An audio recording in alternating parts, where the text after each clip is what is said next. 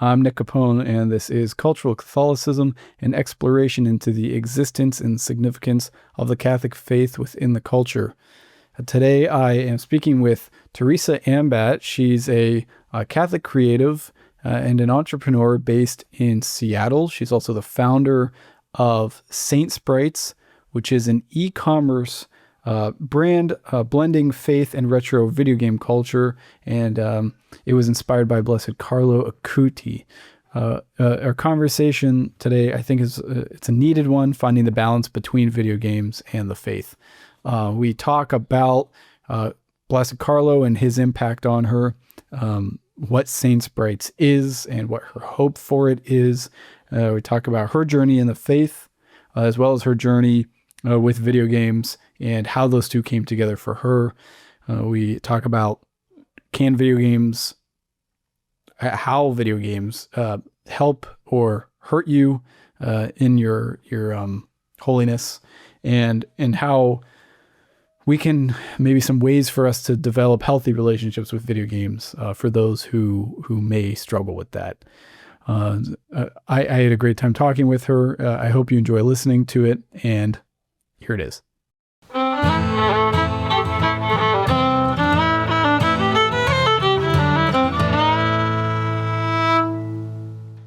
Okay, Teresa, thank you for speaking with me today. I'm looking forward to this. Yeah, thanks so much for having me, Nick. I'm really happy to be here. Well, I also want to thank you for, you sent, prior to this, you sent one of your pieces of merch from your new company, Saint Sprites. Yes, there it is. Blessed all its Carlo. Yeah, it came out really nice, it looks like. So I'm glad I could send one over to you. Great quality. The first question I have is, looking at the shirt, why Blessed Carlo Acutis? Yeah. Blessed Carlo, I found out about him in 2020, which I feel like is when a lot of people discovered Blessed Carlo. So that was when he was beatified in October of 2020. And I think I just got like an email saying like millennial saint to be canonized, or millennial saint who played video games and wore Nike and Adidas to be canonized. And so I just did a little deep dive on his life and was deeply inspired by his youth and his devotion to the Eucharist. I think what really resonated with me was just the fact that we shared the same interests, and I was seeing this saint who was seemingly normal on his way to being canonized, and somebody who had a very ordered approach to games and to media and using it for the glory of God. Just his website on Eucharistic miracles, and the fact that he only played video games for 1 hour a week was very inspiring to me, of like, oh, I can exist in this modern space using technology, using media in a way that brings glory to God without losing my soul, and also being focused on what really matters the most, which is Jesus Christ, which is placing myself in the presence of the Eucharist. And so, yeah, still to this day, like I'm looking at his little prayer card right now. I'm just like, wow, like he was only 15 years old. I'm about to turn 27. And I'm like, whoa, I'm not nearly at the level as he was. But yeah, he is just a deep encouragement to our youth these days. And I feel like a large reason why so many young people are coming to the faith and really choosing their Catholic identity. So, yeah, I think that and I think that's what we can kind of speak on today is, how do you reconcile? He's famously like the saint who played Halo, is what they say. Yeah. So like, Halo is a game where you shoot people, or aliens, I guess other humans too. So the whole thing, I think that we have to find is, how do you reconcile that with being a devout Catholic? Yeah. And it's not, I confess I don't know enough about him to know if he, said or wrote anything about that. But we can, of course, dive into that in a bit. I'm assuming it kind of seems like an A to B, the saint who loved video games. You start Saint Sprites, which is, it's in the name, it's sprites like from video games, but they're saints. So was he a direct inspiration for the brand, or what's the story behind it? Yeah, he was a pretty significant cause for the brand. I had just graduated college when he had been beatified, and my background is mainly in music, so I studied computer music and got really into sound design and music production, and was pretty interested in doing music and sound design for video games. And so I was already kind of looking into that realm of game development and things like that. And then here comes Carlo Acutis, who, was really interested in computers and coding and games. And so at the time, I wasn't really like looking for any work in video game composition, but I was just doing like a lot of stuff for fun. And so as I was reading about Carlo, I was like, oh, if he were alive today, he'd probably be making like really awesome games about the saints, or just like all these video games about pursuing virtue. And so I was like, oh, it would be great if there was like an RPG about Maximilian Kolbe where you could like live through his life, or Joan of Arc, or even going through the Gospels. Like I could see like an Assassin's Creed type game going through the Gospels. And so I'm not really like a visual artist. That's actually not my primary craft. But I just started drawing these pixel art saints that were pretty bad at the time. I didn't know what I was doing. I was just like on my iPad, like at my day job where I didn't have much to do, and just making these very poor pixel art saints and animations. And then what I would do is, because I have a background in music, I would make chiptune versions of like some of my favorite Christian hymns that I would hear at Mass. Nice. And so what did I do? There's this song called Saints of God by Bob Hurd. It's very like boomer, like 70s, 80s parish music, but I really liked it. And so I made this chiptune version, and then I paired it with an animation that I made of 4 of my favorite saints, which are Carlo, Mary, Faustina, and Maximilian Kolbe. I just threw it on my personal Instagram, and people were like, whoa, this is amazing. Like, you should sell these as stickers. I'm like, these look awful. I don't know what you're talking about.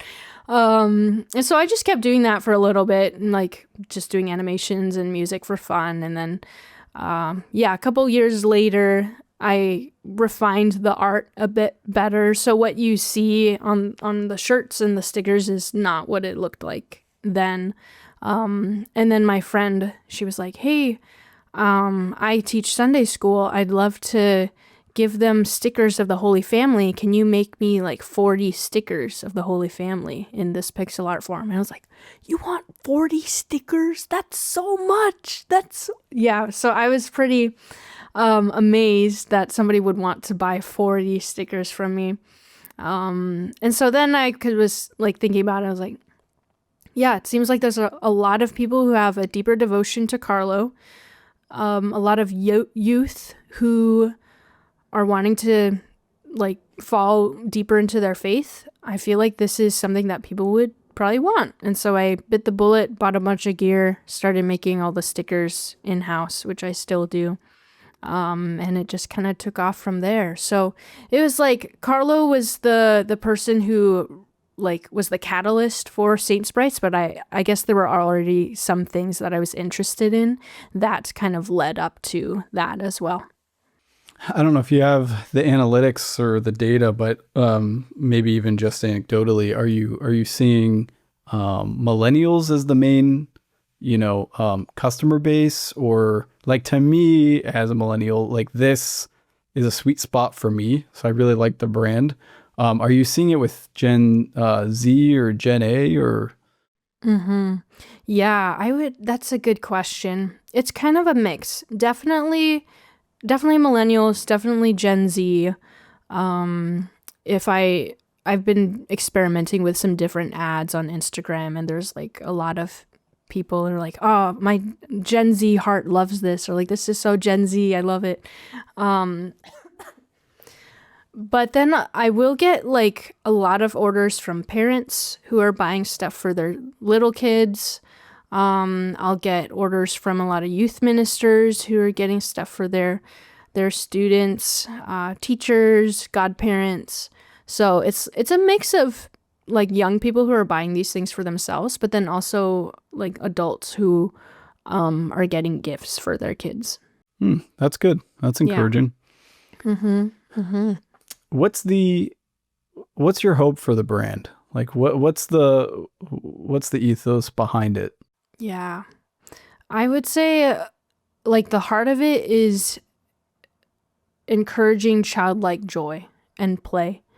And just like there's a seriousness to the faith that is very important. Like we should take our faith seriously. But then I think we also sometimes forget to be kids. Like that's our first identity as sons and daughters of God. And I know that in my own personal faith, like really diving deep into my identity as daughter, as the Lord's child, has been deeply healing in like virtually every aspect of my life, especially with the work that I do and just getting to create and experiment and play.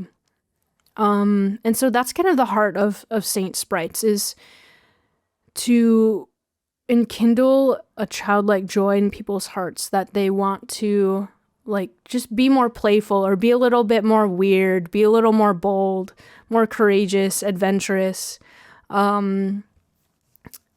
Invite people into play with them, if that's playing video games with someone, or if that's like going on an adventure with your friends, like going on a trip, or like parents inviting their kids to play. I think there's just like such a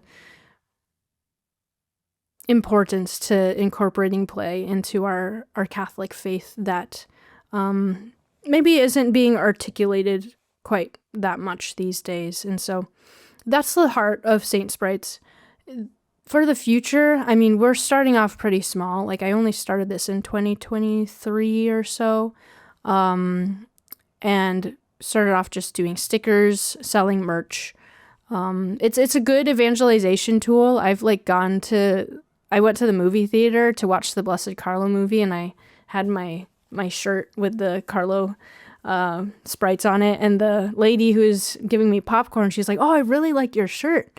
And then I was trying to explain to her, like, yeah, I'm gonna go see the Carlo movie, and he was like this saint and stuff, and she just totally looked so confused. But I was like, you know what, I'm gonna tell people about Carlo anyway, even if they have no idea what I'm saying.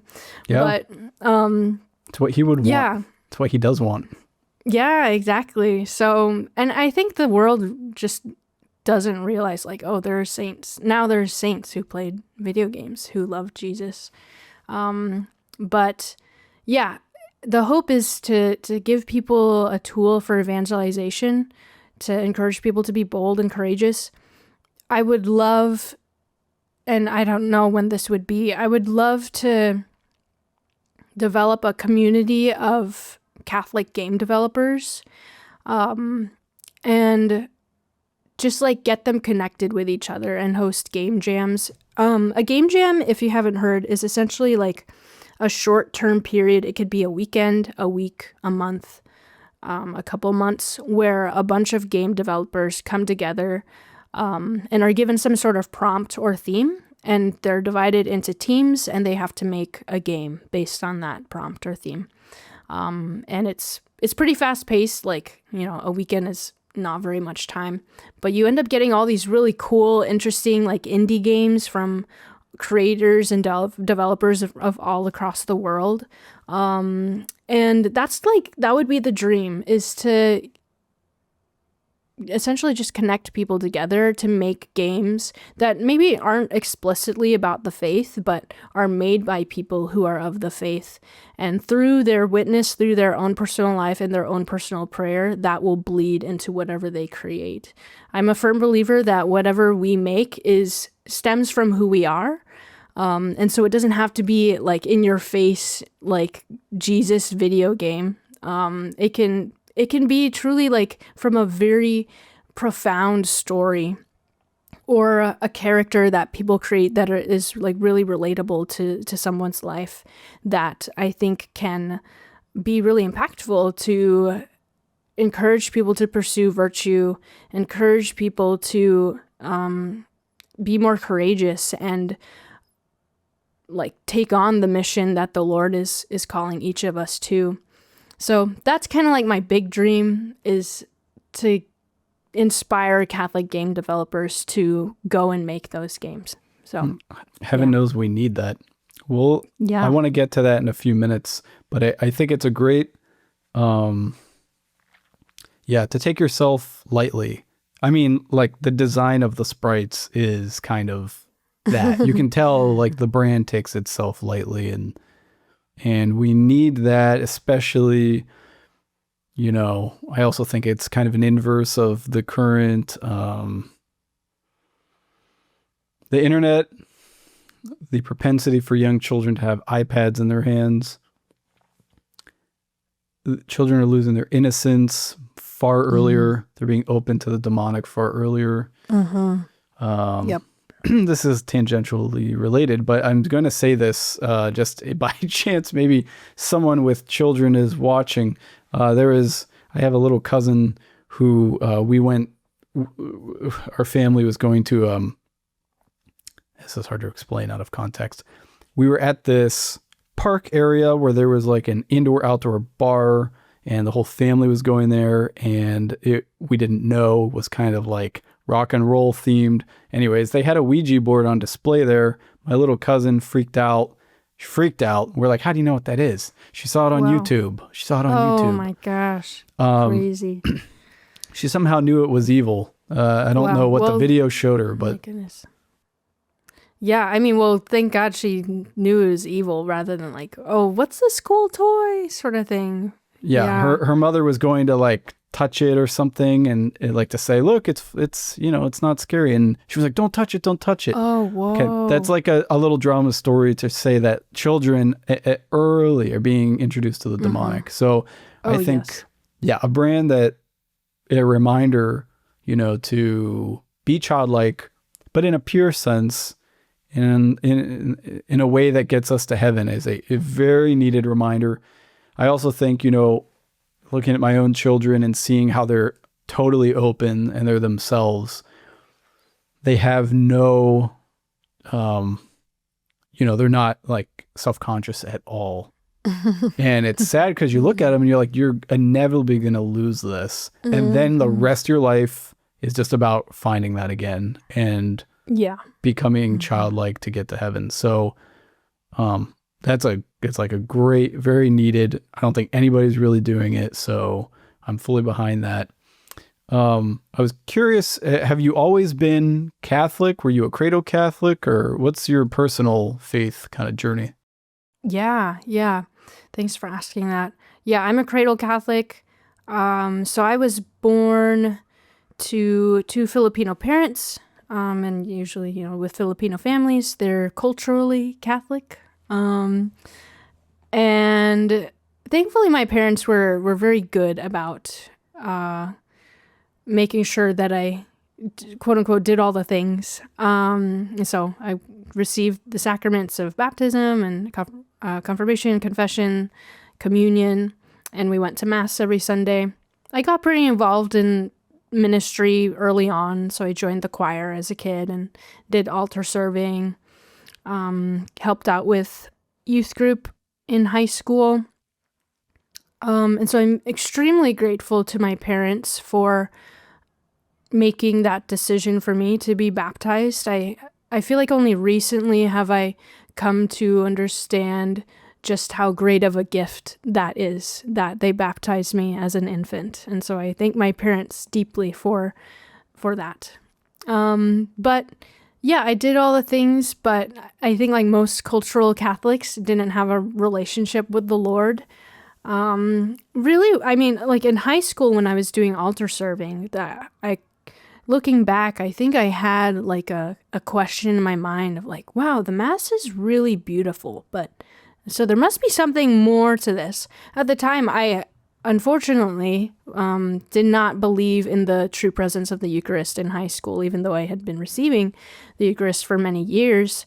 I was just like ignorant or had poor catechesis, but it was altar serving that encouraged me as I went to college to seek out a church to go to on Sundays. And thankfully I had a good friend with me who is also Catholic going to the same school.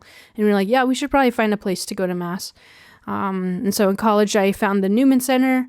I go to the University of Washington, or I went to the University of Washington in Seattle, which Seattle is quite a secular city that is in great need of Jesus. And so being in Seattle as a Catholic is kind of crazy. I tell people, if you're going to be Catholic in Seattle, you either choose it or you don't. Like, you can't be lukewarm. You can't be a lukewarm Catholic in Seattle. You're just going to get swept up by the culture. So thankfully my Newman Center was run by Dominican priests. I love the Dominicans. And just, I saw people there, students who are the same age as me, who had a deep love for God and a deep love for others, and just invited me into that community. And over time, like, showed me that I could have a relationship with the Lord, showed me the true presence of the Eucharist. And it was in a moment in adoration. I think I was a sophomore, where I was like, oh, Lord, I want to give you my whole life. Like, I want to be transformed. I want to tell people about you. And in that, he healed me of some pretty significant wounds that I had been hiding from him. And he was like, before we do that, we need to like address these wounds. And so that was just like a really transformative moment for me when I was 19, and eventually led to, me having a deeper prayer life, getting more involved in ministry, not just because it was a thing to do, but because I deeply cared for souls and for my own sanctity as well. And so, I mean, now it has grown into just a great gift that I could never have thought to ask for. And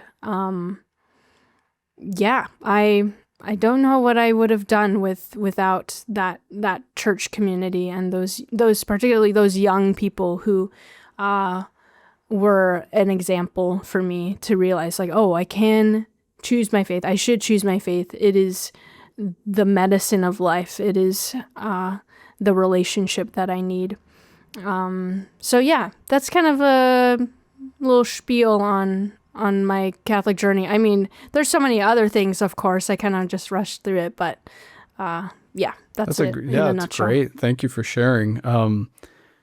You don't hear testimonies from cradle Catholics too often. It's funny, but I think it's just because the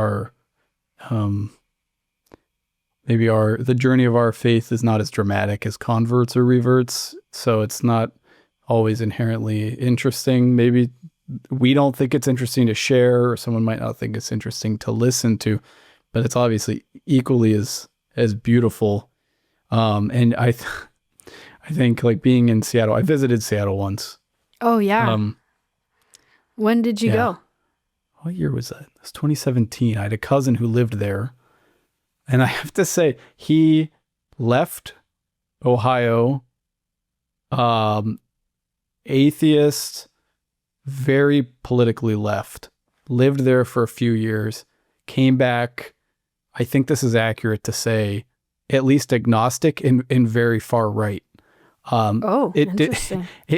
Well, when I visited him, I'm not surprised that you seriously cannot be lukewarm there. I mean, it's Mm-mm. It's significant. I went on a walk for the first day I was there, and I heard some guy on the phone casually talking about how he didn't kill the guy, but he was next to the one who killed the guy. He was Oh innocent. gosh. Oh yeah. I mean, you might That's have a more positive light to frame it in. I don't want to be unfair, but I'm just like speaking to your situation as, Yeah. Well, I mean, you say that, and weirdly, my response is to chuckle because I'm like, oh, of course, that would be your first day in Seattle, is hearing that phone call. But yeah, it is pretty intense. I mean, I moved here in 2016. I'm from Marysville, which is like a 40-minute drive north of Seattle. I would say it's more moderate than Seattle is, but I came here for college. And yeah, I mean, it was already pretty far left leaning, but has gotten more so now.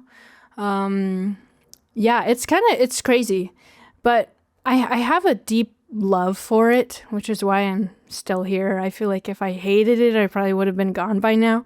But I think Jesus has just shown me the deep thirst that is here amongst all the people. And I'm semi-involved in the music scene around here. And so, you interact with people who have vastly different values and opinions than you. But I think God has shown me at the core of it all, we're really not all that different. Like at the core of it all, we all want the same thing, which is to love and to be loved. And we have all sought it out in the wrong ways, in whatever form. And so, yeah, I have a tender heart for this city. And there's people who want God, but they don't know it. And are approaching it in the wrong ways. But yeah, I'm very grateful for my church community, especially for the Dominicans. I feel like it's like this hub that the church that I go to is kind of this hub of people who are really strongly Catholic, because the world outside is so vastly anti-Catholic. And so when people choose their faith amidst a culture that is so against them, the fire is burning even more so.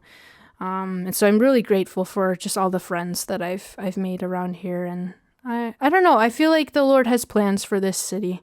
I don't know when or how that will play out, but I really have no idea how it'll happen, but I have faith that it will. So well, biblically, that's what Christ does, is he sent out certain people to those cities that need witnesses. So yeah, unless he's blasted it off the face of the earth, I think he still wants us to go there. But you are, you are kind of like a missionary Jesuit in feudal Japan. You are, yeah. you are out there. There's a church. I don't know if it's the cathedral. I remember there was one room within the church that the walls are just like candles, and there's a beautiful statue of Mary. Oh yeah. Yeah, that must be the cathedral, St. James Cathedral. Yeah. Did you go there for Mass? I did. Yes. Okay. It was beautiful. Nice. Yeah. Now I want to one more thing about kind of we heard about, Saint Sprites and your faith. What's your relationship with video games historically? Yeah, let's see. I mean, I was pretty exposed to video games at a relatively early age. I was born in 98. And so video games had already been pretty prevalent by then, but growing up, I had my first console was a Game Boy Advance. It was that purple hexagon type thing, and I think my first game was some Harry Potter game or whatever. And then eventually got the Game Boy SP, and then a DS. So the DS was a huge thing amongst all my friends, just playing Pokemon or doing PictoChat, Mario Party, Mario Kart. It was a very communal thing for me. I loved video games because I got to play with my friends. And that was like a big reason why I got into it. I didn't play that much like throughout middle school, high school. I'm not sure why, but got semi back into it in college and started playing Minecraft a lot. I still really love Minecraft. And again, it was like for that communal aspect. I had a lot of friends at the Newman Center who also played Minecraft, and especially during the pandemic, it was like we were all gonna jump on and like rebuild the Newman Center in our Minecraft world. And we had our priest who would play Minecraft, and sometimes I just like hop on Discord and just like play Minecraft with Father Marchin. Carlo would love that. Yes, he would. Yeah.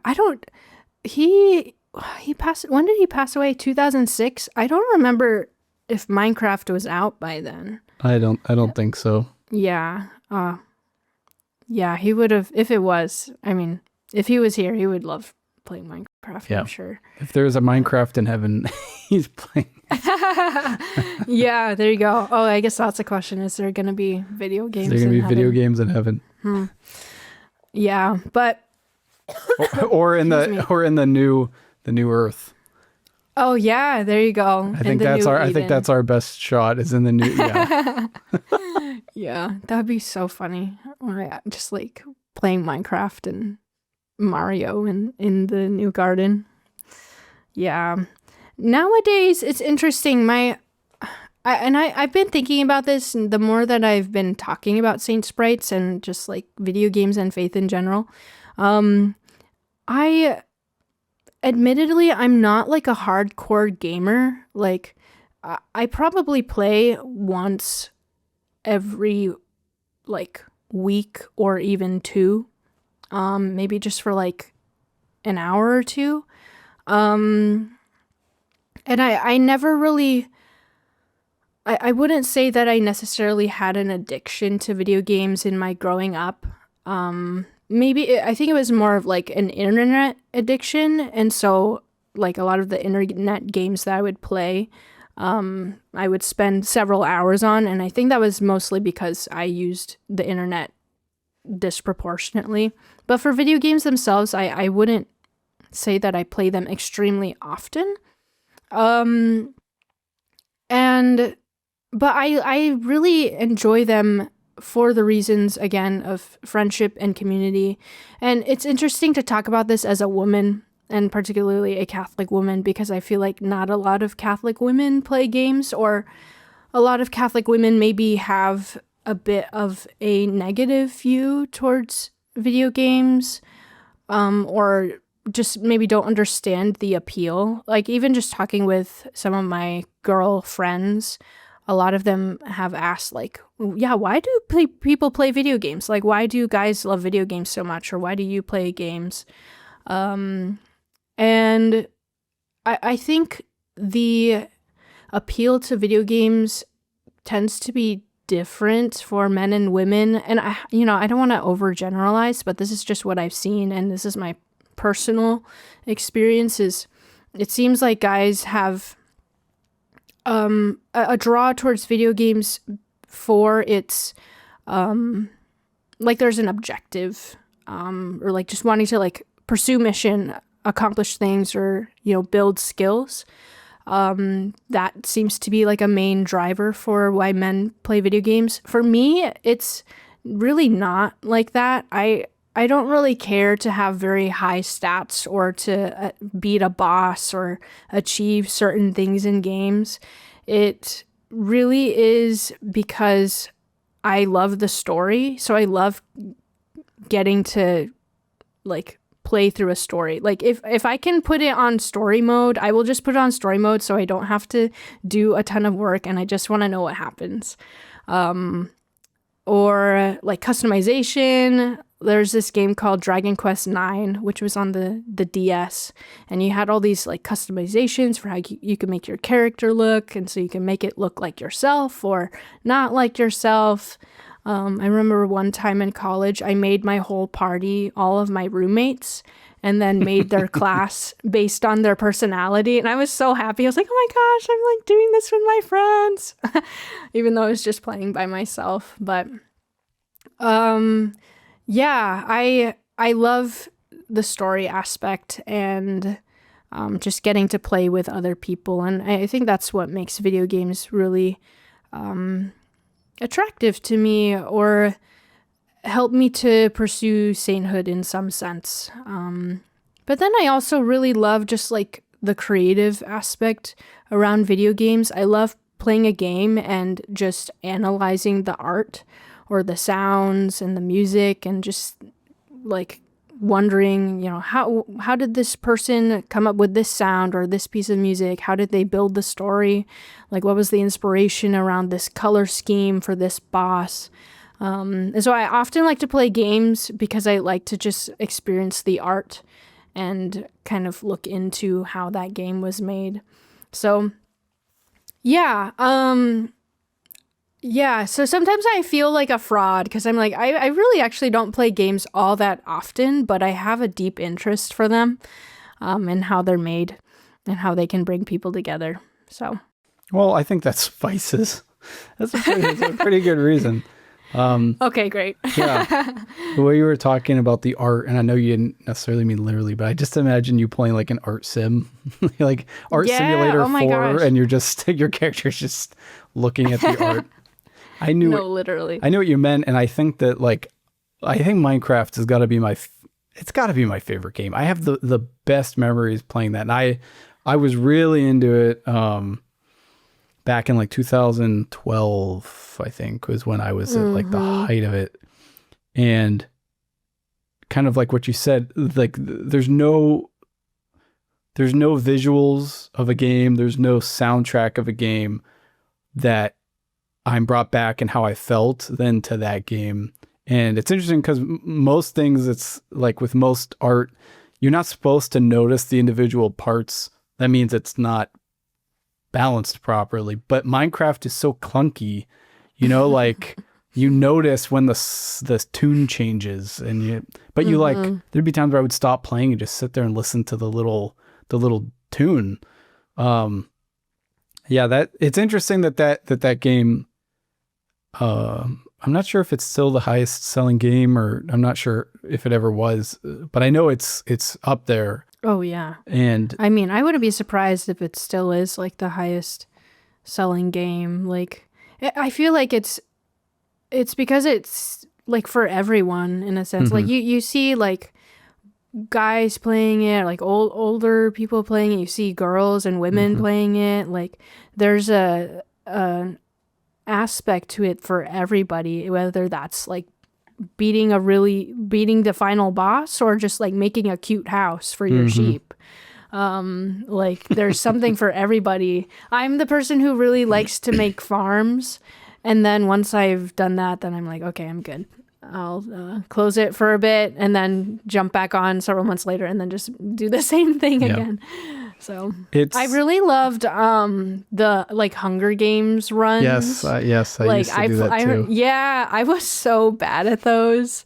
But I remember like watching YouTube videos and like seeing where all the good like gear was, and then I like try and do a run with my friends. You're taking me back. I forgot about those. Wow.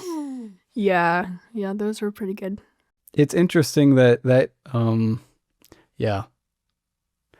well, that game is sort of like your brand. I mean, it's simple, it's fun, it's childlike. I mean, children play that game, and I don't like object to that at all. I think if a child's going to play a video game, it should be Minecraft, because it's also interesting too that people early on demanded a story, because they had no story at first, and then they made an objective. You have to get to the end and fight the Ender Dragon, and that's like, telling. People needed there to be a story in it, even though the story's pointless. Like, you beat a dragon and then what? But Jordan Peterson would probably be like super pleased with it, because the dragon represents so many things in life. You have to meet the dragon where it's at, and you have to defeat it. But yeah, there should be like a theology of Minecraft. Like, video or something out there. Okay, That'd so be let's fun. take like 6 months. You do that, and then we'll have another follow-up conversation. Cool. That sounds The great. theology of Minecraft. Yeah, my relationship. It's funny because my relationship with video games is, well, it's obviously similar in some ways, and it's also different. Yeah, I'm just thinking. I think like men are generally interested in things, and women are generally interested in people. And you said a lot of the appeal for you is the communal aspect. I'm trying to like self-evaluate, and Yeah. I'd love to know a bit about your relationship with games and like how it developed and what kind of draws you to them. yeah, I think I might have started out with a what is it called, the Nintendo, it's on your shirt. This one, the Game Boy? The Game Boy, yes. Yeah. Yeah, that had to be my first console. Nice. I got into PlayStation 2. I also had all the development, the DS. I had all that.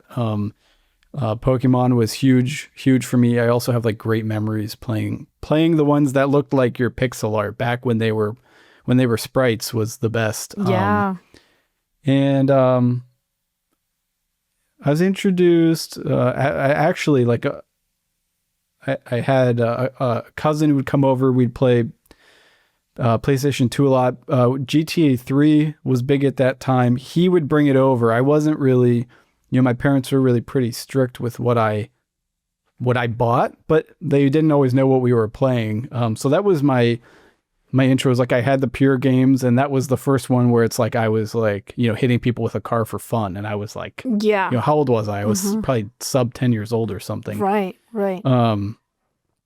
And then I got the PS3 and I got the PS4, and then eventually, in most recent, I think it was 2019 or something like that. 2020 is when I sold everything, and I bought I built a PC, a gaming PC, played that for a few years, and then it really started to wean when I was becoming serious with my now wife. I like at the height of it, right before we were seriously dating, and then it dropped off until we had our first child, and it was probably about, I'm thinking of the date, 2.5 years ago. Honestly, maybe 2.5 years since I played a video game. And, Wow. and I've wanted to play them, and I mean like on the PC. I have a Nintendo Switch. That was kind of fun. I got like Mario Kart, and so my now 3-year-old can like watch, and I don't have to feel like I'm leading him to hell because he's watching a video game. Yeah, Mario Kart's pretty innocent. Pretty innocent. I have Minecraft on it too, so that's been fun. Oh, nice. That's great. Yeah, my parents, it's funny, my dad would often say, because I didn't get outside and play many sports, and he'd always say, I regret buying you that PS2 because you never went out, you didn't like play outside as much. And it's interesting because a lot of the games I played like weren't with, I mean, when you get into Call of Duty and stuff in high school, and it's like, I played with all my friends all the time. Those are my least, those memories are not high on the list at all for me. The ones that the games I played, the experiences I had, the memories I made with video games were all fun games that I was playing by myself. It was like, for me, a way to go on adventures by myself. And I guess some people think like, oh, that's lame. You should have been outside having an adventure. Like, true, but also it's a mental adventure, and it doesn't negate that, just because my body wasn't involved. I was fully attuned psycho-emotionally. And yeah, it's interesting when people say that, because it's like, I mean, have you ever, I don't know, people read books, like, right. or watch movies Yes. or TV shows, and I'm like, isn't that kind of the same thing? I would even say like, excuse me. I would even say like, with video games, it's kind of like the next step above like a movie, because you're like You're interacting involved. with the world, you're making choices, and you have to actually like think through decisions and figure out how to complete an objective, as opposed to a movie where you're kind of just taking things in. But nobody would ever say, oh, I wish I had never shown you that movie, because maybe you would have gone to play basketball if you hadn't watched that movie. So it's I like your book example. That's, I think, even stronger. You know, it's like, yeah, okay, what's the benefit books have to video games is they are relying visually on your imagination. Okay, like, yes. But that might be like the only immediate strength that they have. I wouldn't even argue that authors put more time into the thought process of what they wrote, because video games can take a long time. It takes a lot of people. And Yeah. I mean, there's still a story aspect to these games, and they have to portray them in an entirely different way than you would in a book. Because in a book, you could just kind of say what happens, but with a video game, you have to think about a lot of other things. So yeah, and I even think like books can be addicting too. There's this blessed James Alberione, who was one of the founders of the Daughters of St. Paul. He like read a ton of books because that was the media at the time, and he found himself consumed in books, just always reading and kind of being taken out of reality. And so to say that only video games are like the addicting media, I would say is wrong, because like any form of media can be addictive. right. It really is a matter of moderation. And I think Carlo is a great example of somebody who enjoyed video games, but only played an hour a week because he knew of the destruction that could happen if one is addicted to video games. Yeah, I was just gonna say moderation is absolutely the key. That's obviously on parents to institute that initially, because there's no way that like I would have had the power to moderate, my time. It's just so fun. I mean, you get lost easily 3 hours, or like poof, they're gone. Yeah. I think definitely. There's so many thoughts, like my relationship with video games is like, I truly enjoyed them. I really don't have, I don't have guilt for playing them in the past. And it is kind of, it could be perceived as sad to say like, there's not really anything else I would have preferred to do. I just think that the excess of it is what's dangerous, because it's so fun. It's designed to be fun and to keep you there. I think going outside and playing is like, eventually it's not that fun. That's the point, is it developed these kids' imaginations, and you have to, develop a game with friends. You got to find friends. You got to go into a forest, and it does kind of like, you are kind of bored. And so you have to work hard to come up with something that's fun to do. Video game is like just full on dopamine blast. Like you play the game, I got to go to bed to go to school, but all day at school, I'm just thinking about that game. I just want to get back to that game. I'm not sure how you separate that aside from like, yeah, I think if there's just like a strict, I don't know, 1 hour, I think nowadays, games are not as simple now. So I feel like an hour is realistically short, but you have to limit yourself to something, whether it be like 2 hours every other day, 3 hours a week, whatever it is, something. It does get easier for anybody who's curious, maybe who's younger. Like, life will shorten that time also. You can't have a family and play. Like I don't play 1 hour a week. Like I said, I haven't played in years, most games. So it does, life, and the beauty of getting older is that it does kind of force us to be mature about these things. But Yeah. And I feel like with any sort of thing that has a potential for addiction, the the solution is not necessarily only limiting time on that thing. It really is building everything else in your life and having a well-rounded life. So rather than saying like, oh, I'm just not going to do this thing, like something else is going to have to fill that. If you decide to fast from something, something else has to fill it. So like prayer, first and foremost, but then also just like, okay, instead of doing this, I'm going to go and call up a friend and see if they want to get coffee, or I'm going to take time to do this other hobby that, maybe is not as stimulating or overwhelming. And then I think with like parents who have kids, like you said, like kids are not gonna be able to moderate themselves. And so something I wish that my parents would sort of have done when it came to my relationship with the internet was, rather than tell me stop doing that, it's bad for you, like actually have like a conversation with me, asking like, oh, what are you using it for? Like, what are your favorite web pages to go on? Why do you enjoy doing that? What can you do with like this program? And I think it can be the same approach for video games, like playing with your kids, asking them, oh, why do you like this game? How does this character resonate with you?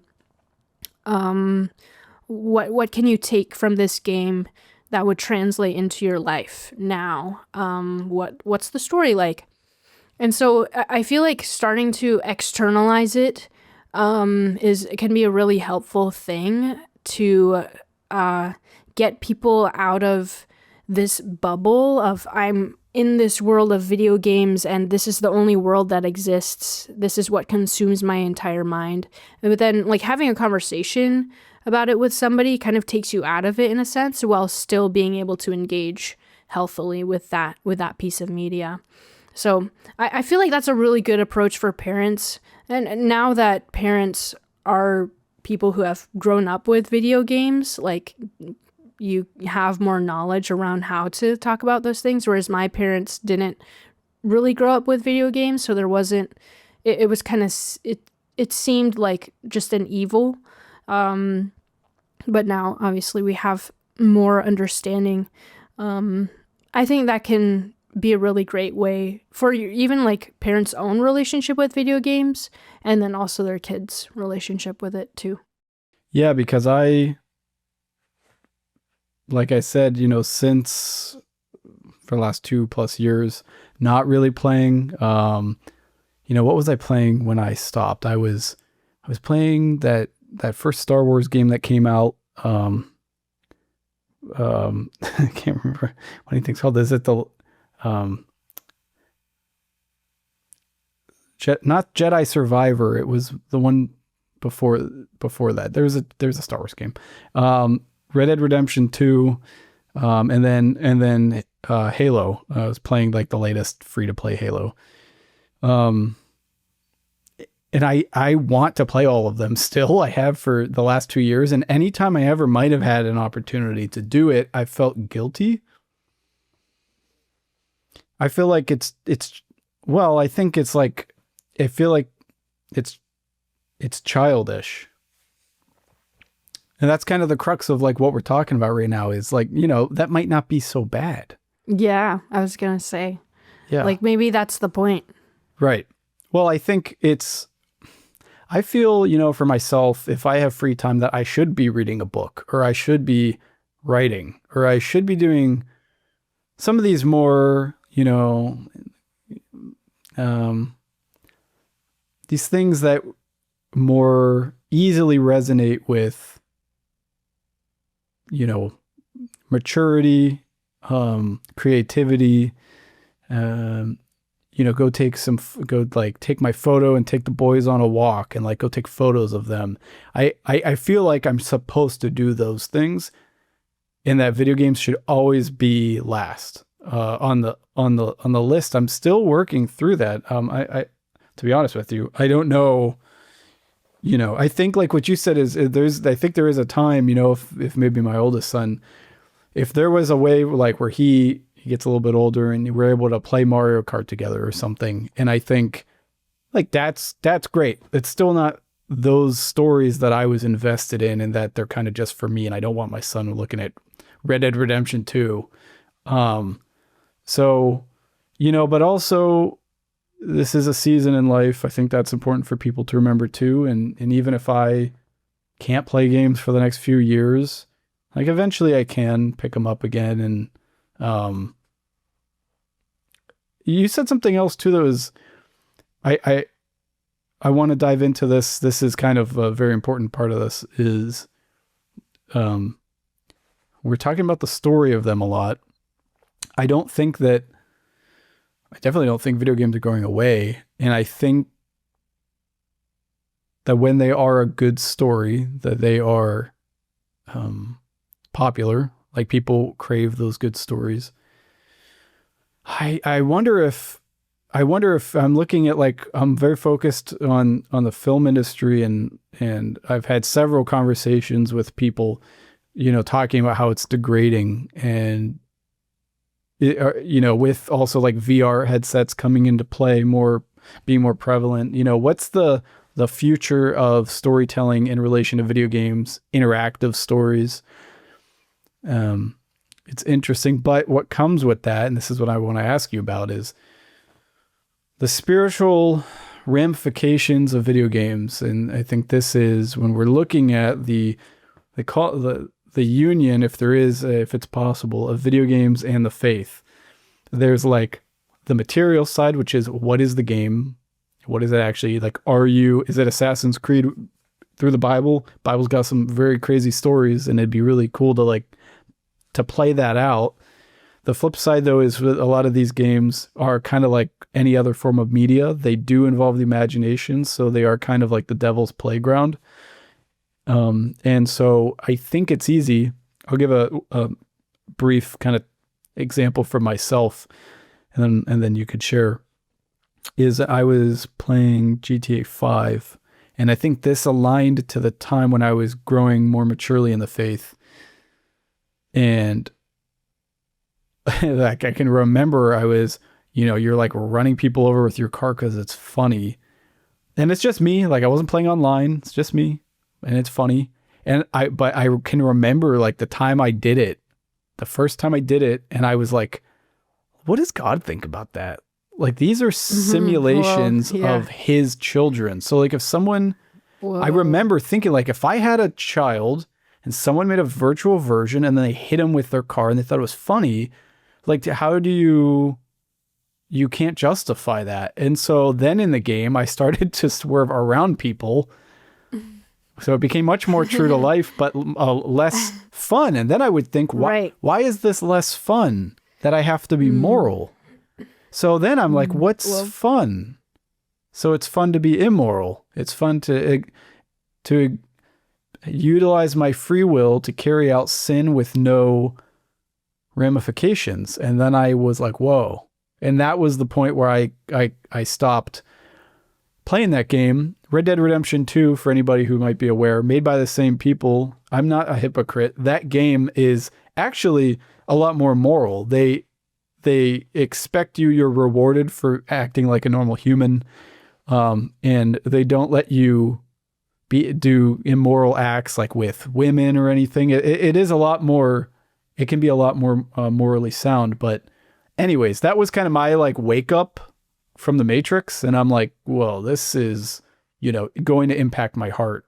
So what are your thoughts on that? Because I think I saw you shared a story recently where you kind of had something similar happen.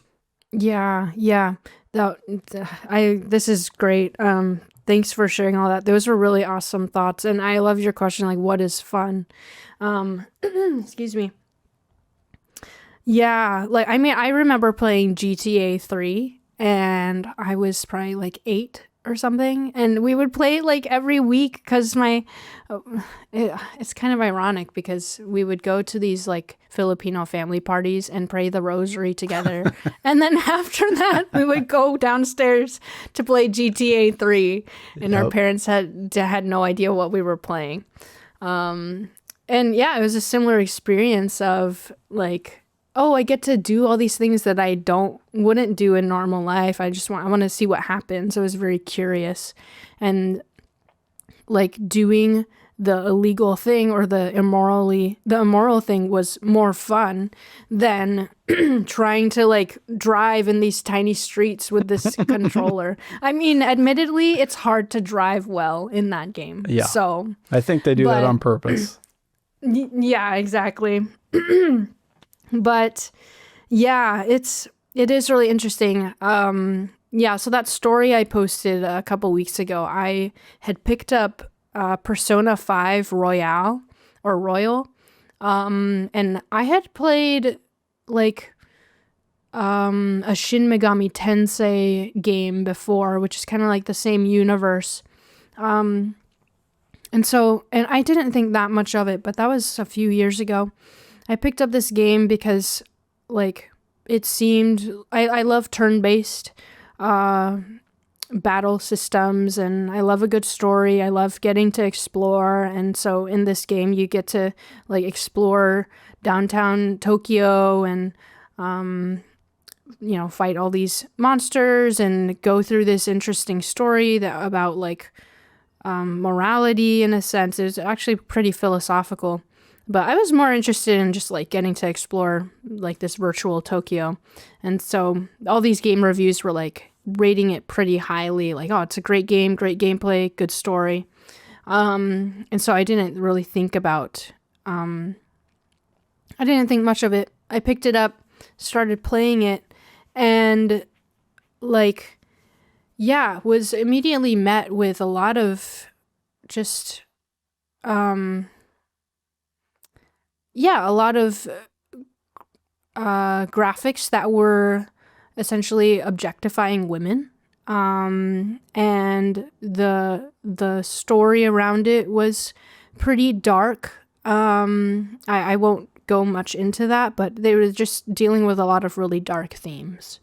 And you are essentially fighting evil in the game, so you're not like committing any immoral acts like you would in GTA, but it was like just the art and the heaviness of what they were talking about was really weighing on me. And I just kind of like, interestingly, after I would put it down, I mean, I didn't play it that much, I would feel like this weight on myself. And so I went to prayer. I was like, Lord, why do I feel this? And he's like, I think it's because of that game. Like, I think you need to get rid of it. I was like, oh my gosh. And the thought of getting rid of that game was like immediate relief. I was like, wow, okay, I think I need to get rid of this game. And that's the thing about a lot of these game reviews is they're not gonna judge how it will be for your moral health or your spiritual life, your emotional life. They're purely coming from like how is the gameplay standpoint. And so that was a pretty recent wake-up call to realizing how video games can really impact somebody. And I guess that's like the dangers of a video game, is because you are interacting directly with the characters in the story. You're making these decisions. And I mean, even though you're not actually like running someone over on the street, you're still making that decision to do so in a virtual world. And that does affect your conscience and your, like your moral life, your emotions. And so, a couple years, I don't know, maybe like a year ago, I actually had a conversation with Bobby Angel, and he wrote a book called Gaming and the Heroic Life, and it's a really good book about the faith and video games, how to approach it in a virtuous way. But he was talking about his experience playing GTA 3 and was like, kind of had this wake-up call and asked himself, am I becoming a better man by playing this? And, well, the answer was no. And I think we can apply that to a lot of games we play. Like, am I becoming a better woman by playing this? Am I becoming more of a saint by playing this? I don't think games necessarily have to, like, directly correspond to one's holiness. Like, I don't know. I played a lot of DDR. I don't know if that really contributed to my sainthood, but like I don't think it detracted from it.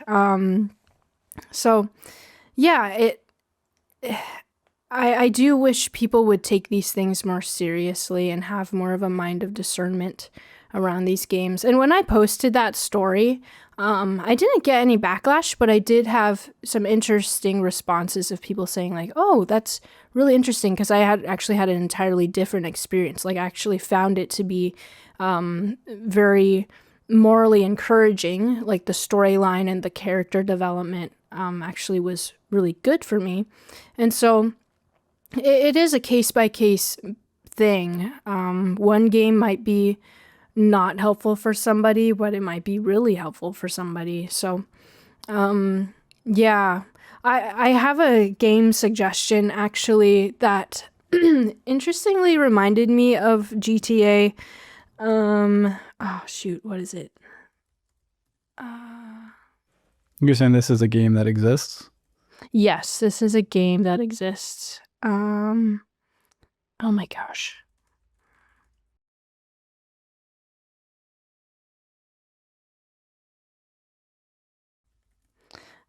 Let's see. Oh, I don't think I can find it. Maybe I'll let you know, and you could, I don't know. It's fine. But there's this game where you play as a duck, and it's like basically you play as a duck who just trolls people and like pranks people. So you have these objectives, and the objectives are just like all to troll people. So the first level, you're like pranking this gardener. And so it's like, oh, like take the gardener's keys and then like lock him out of his garden, or like like make a picnic and just grab food from his garden.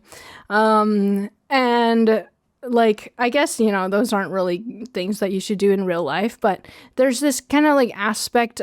I feel like there's an aspect of like, oh, what would happen if I did this like funny thing? That is like similar to GTA, but not like so morally heavy. Like you're just literally playing as a duck who's trolling people. And so I feel like there's like that childlikeness of play, or just like humor that it itches the scratch that maybe is a reason why people play things like GTA, or these like more open world type games. Just like this aspect of curiosity of like, oh, what if I did this thing, but in a less immoral level. So I don't remember what game it is though. What's funny is, as you're saying that, I'm thinking myself, and then I do watch like YouTube videos of people who will role play in GTA 5 or GTA Online, where they like have real jobs and stuff, and I watch people who troll those people, but I notice people not playing a game like GTA. There is a point where doing the immoral thing is also not fun. I was thinking about it, and it's like, just then while you're talking, and what makes these games attractive, I think it's the open world nature, and it's the fact that you can do something bad, but it's not inherently that you want to. Like, I'll think of like Skyrim. You know, the most recent Skyrim game, I remember playing that when it came out, and it's open world. It's great. You could run up to someone and shoot them in the face with an arrow, and then the whole town turns on you and the guards attack you. And but that's not really actually that fun. Conversely, if that game, I could not hit anybody with an arrow, maybe it just doesn't let you pull it, that would also be not fun.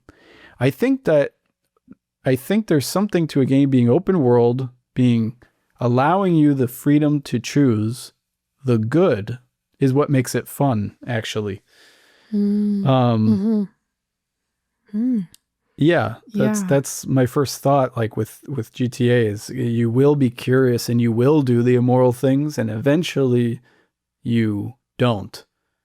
But I don't think that one should travel that route to get there, because when simulating sin becomes boring, I think that's very dangerous. You don't want to get there, but I think recognizing that, I think we just want free will, basically. Interesting. Yeah, that's a really good point. Like, I mean, there's a point where you can become really desensitized to things if you play these more violent games. Like, and I think there's like really good open world games out there. I mean, like Zelda, like the more recent Zelda games, where it's very open world and you can I mean, there's limitations, of course, but ultimately the only choice you can make is to do what is right in Breath of the Wild.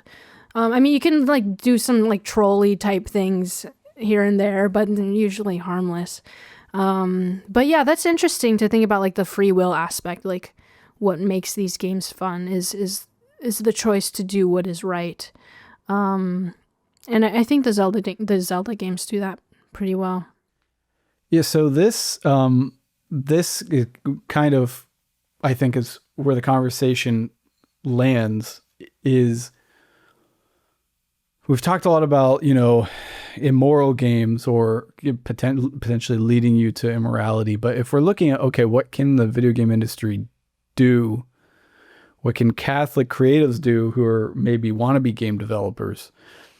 And you can do a lot now with a lot less. I mean, 15 years ago, heck, 10 years ago, you needed a studio proper to make a video game. But now I see people on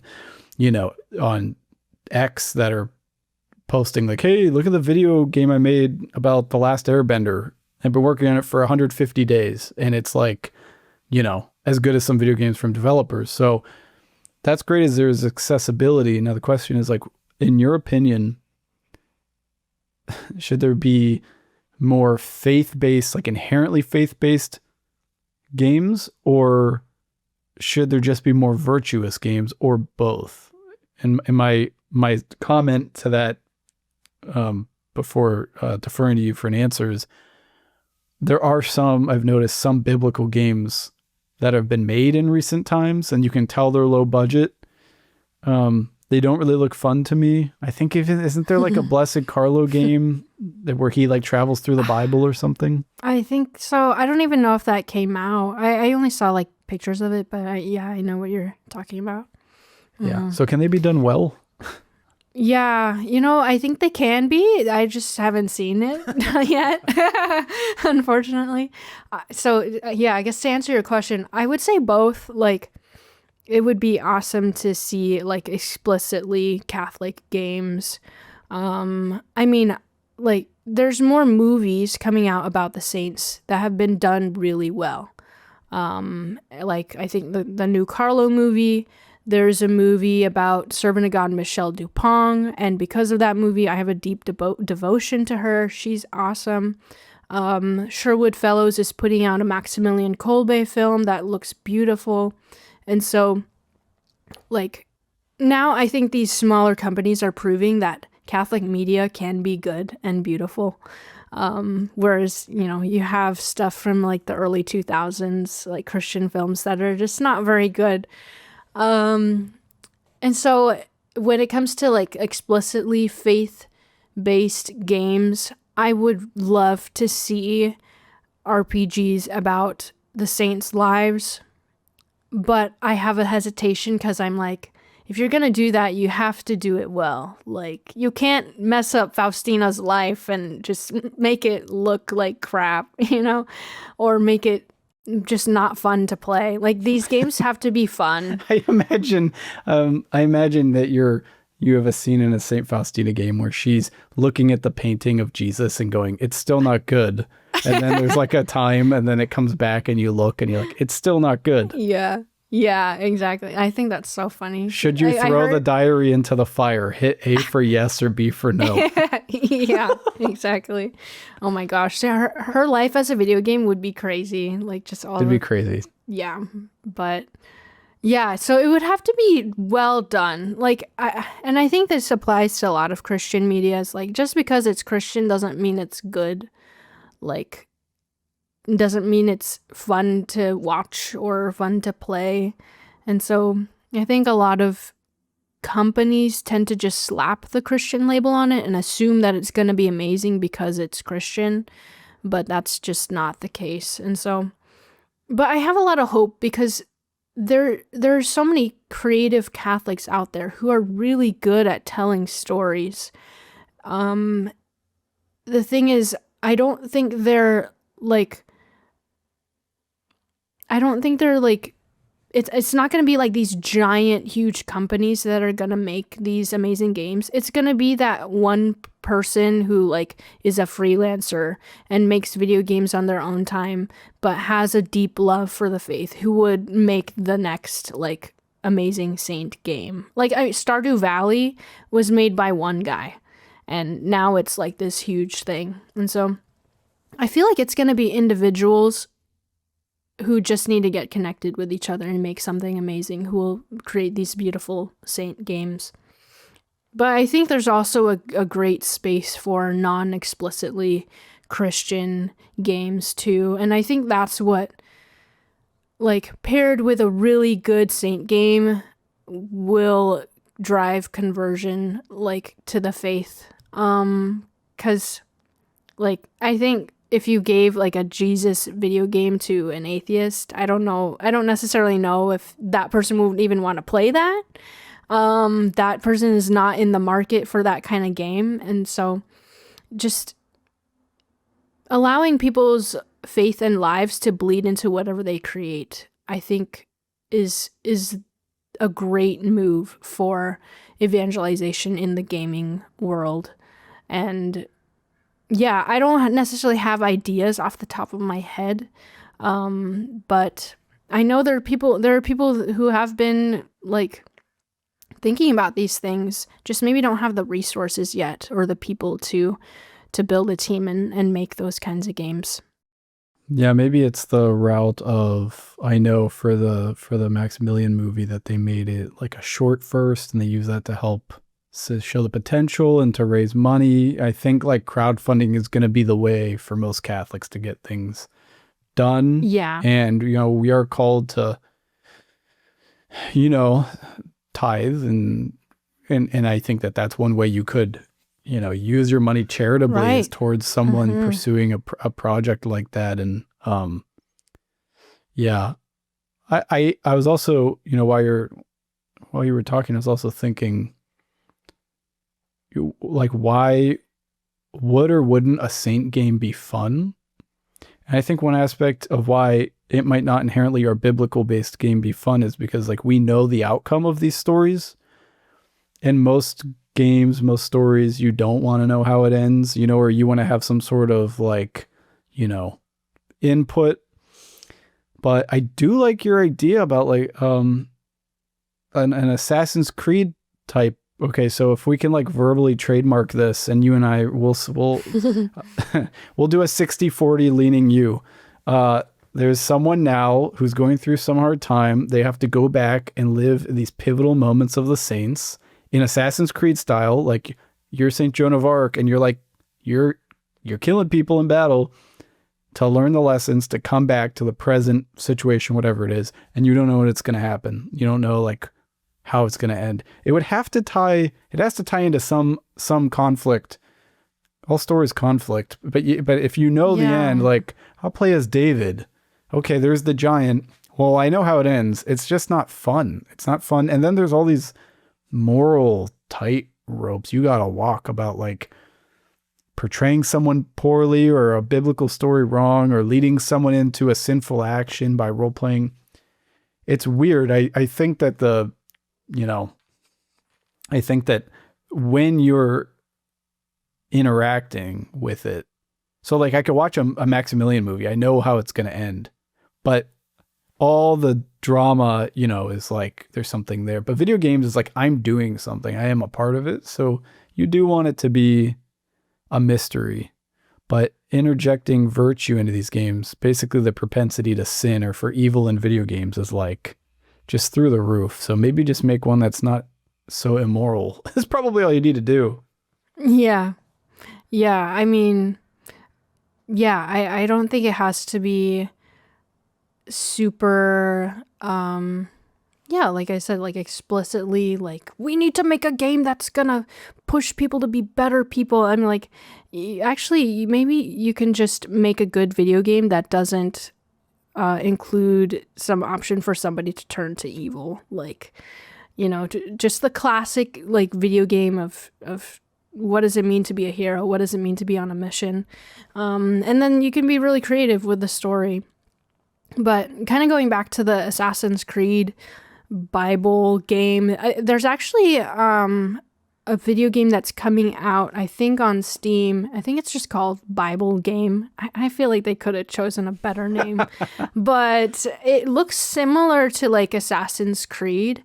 And I think the appeal to it is, even though like most people playing will probably know the story, like there's a element of getting to explore that world that Jesus lived in and getting to interact with, like, I don't know, interact with Mary as an NPC, or like Peter and like the disciples, and just like get to have conversations with them. I feel like that's the appeal to it, even though you already know the story. Just like getting to live in the time that Jesus was alive is really attractive to people. Like, I would love to play that game if I didn't have a Mac. But yeah, I think that can apply to a lot of the saints, you know, Maximilian, Faustina, Joan of Arc, like just getting to see what their life was like, even though you know the outcome. Just getting to know it on a more intimate level, I feel like could be really drawing for people. I think that the VR route would be most conducive for that. Yeah, I think the Bible game, I think they're trying to have like a VR version of it. I've never played a VR game. Have you ever played it? I'm terrified. I don't think I could do that. I started watching, there's this guy who will play horror games, and he'll be like spending the night in Outlast, and he'll like play the game, and then he'll find a room in the game, and he'll literally like go to bed with the VR and like his headphones and like try to actually sleep in the room of the game. And it's just like him in a dark room with this giant thing on his face going, oh my gosh. That's funny. Wow. So that's a great concept. Now we should do that though in a biblical setting. Yeah. Spending the night in Mary's house. Yeah, exactly. That would be lovely. That would be great. I would buy VR for that. Yes, me too. So as we close, I was thinking also, this is going to be a funny kind of like analogy, but there are some desserts, stick with me. There are some desserts that you don't want to stop eating. And you just almost feel addicted, like you need more and more and more. There are other desserts which are arguably more delicious, that you can eat it, you're satisfied, and you're like done. The difference in these is, for one, natural flavors. But what also is the difference is substance. And I think, you know, video games that I'm also going to like lean on my own, you know, experience again is, gosh, Fortnite, you could play forever, and I did. You used for again and again and again and again, and it's like the itch is never scratched. You know, there is no story conclusion. I mean, you win or you lose, but there's always more to do. And yeah, a game like you know, Red Dead Redemption 2 I remember I would play it, and it's heavier. Like, there's more to the story that's happening. And I could play it for 2 hours or something. And then, maybe like the baby was crying, or dinner was ready, whatever. It was time to go to bed. And I remember like not craving, oh, I want to play Red Dead for 4 more hours. I was kind of like done. Like, okay. Yeah. So there is something too, I think what I'm trying to do is I'm imagining somebody who may find themselves to be addicted, like we talked about earlier, someone who is struggling to kind of find that balance, maybe with their faith and with video games. So I'm curious, like, what are your thoughts on that? What advice do you have for somebody who's maybe growing in their faith and they want to separate from these things? Like, my first thought is to try to like steer yourself to video games that are less addictive but still fun. But what are your thoughts? What would you say to someone? Yeah. Well, when you were giving those examples, and that was a really good analogy of the dessert. I'm impressed. I immediately thought of mobile games, and I get so many ads for mobile games, and they're built to be addictive. Like, I mean, Candy Crush is built to be addictive. Fortnite is probably built to be addictive. I remember Temple Run. I played that so much. So these mobile games, like, they do lack substance, and their primary goal is for you to be consumed by them, and to essentially, like, they're usually free, and then you spend money to get to the next level. So it's all a business model for these mobile games. So yeah, I would just avoid those kinds of games that are inherently addicting, and like you said, move to a game that has more substance, maybe would take a longer time, has a more in-depth story. Maybe even inviting people to play, like, together in person. I love playing Overcooked. And Overcooked is a game where I can feel like, okay, I gotta get to the next one, but then, like, there's a point where I'm like, okay, I'm pretty satisfied. Like, I think we can call it a night, guys, and go to bed. Is that a game about like making burgers? Yeah, so it's like similar to Diner Dash. You'll get like these orders that come in, and then you have to like, get the carrot and chop the carrot, put it on the stove and stuff. And it's really fun with other people because it gets really chaotic. Wow. So I love that game. But yeah, I would agree with you of just like trying to find something that is of more substance, and really just trying to cut out those games that are inherently addictive.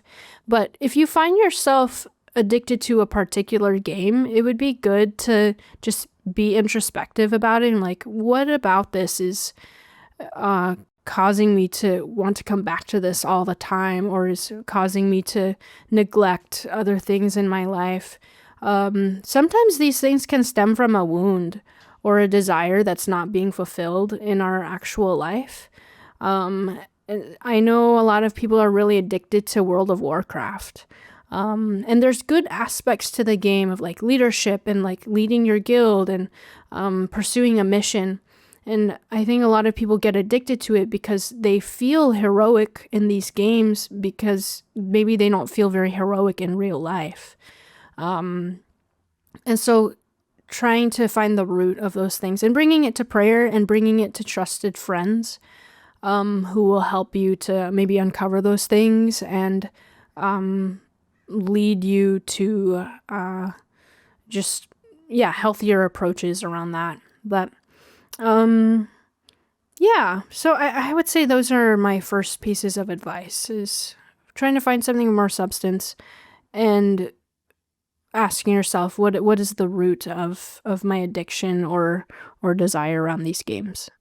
And probably playing with people, like, period, having a reference point with someone else, maybe I remember playing a lot with buddies, and it was like when someone's like, oh, all right, I'm going to hop off. That's when you're like, whoa, look at the time. Yeah. So you could connect with other friends and say, look, Yep. like, I don't want to play that long. You guys want to hop on for a little bit or whatever. It's just like gets you out of yourself and is a reference to reality. Totally. Yep. Exactly. Okay. So where can people go to learn more about you, your work, Saint Sprites? Yeah. So you can find Saint Sprites at saintsprites.com. We are also on Instagram at Saint Sprites. I love posting these little Sunday gospel animations on our Saint Sprites Instagram. So if you want like a little playful reel to help you meditate on the gospel for that Sunday, those are on our Instagram. You can also get our merch, stickers, shirts, pins, of saints in basically NES form. Those are at saintsprites.com. If you want to learn more about me just as like a creative and other things that I do, my personal website is teresaambat.com, and you can find my work there. All right. Well, it has been very enjoyable talking about all this, and I think this is part of a grander conversation that needs to happen, and I think that young Catholics need to start talking about this. I hope that this introduces some ideas for anyone listening so that they can start to kind of take this seriously. We can't separate our faith and our salvation from anything we do. So we need to, whatever we do, it needs to be good for our soul. Thanks for your testimony and for your insight on this. Yeah, thanks so much, Nick. Thanks for making the space to talk about it. And yeah, it was a really great conversation. I'm really glad that I could be here. Okay, and hopefully we will, the theology of Minecraft, I'm going to hold you to that. Yeah, next. You have 6 months to become an expert. Okay, sounds good. We'll do another episode then. Okay, thanks, Teresa. Thanks, Nick. Thank you, as always, for listening, for your time. If it was fruitful for you or enjoyable, I ask for your support, that you can like, follow, subscribe based on whatever platform you're on, and that you can share it with others who might also enjoy this conversation. And if you want to support in a more direct way, a prayer for me, for this initiative, for my family, it is more than I deserve. And if you're called monetarily to support this, I'm also very grateful for that. Thanks so much, and God bless.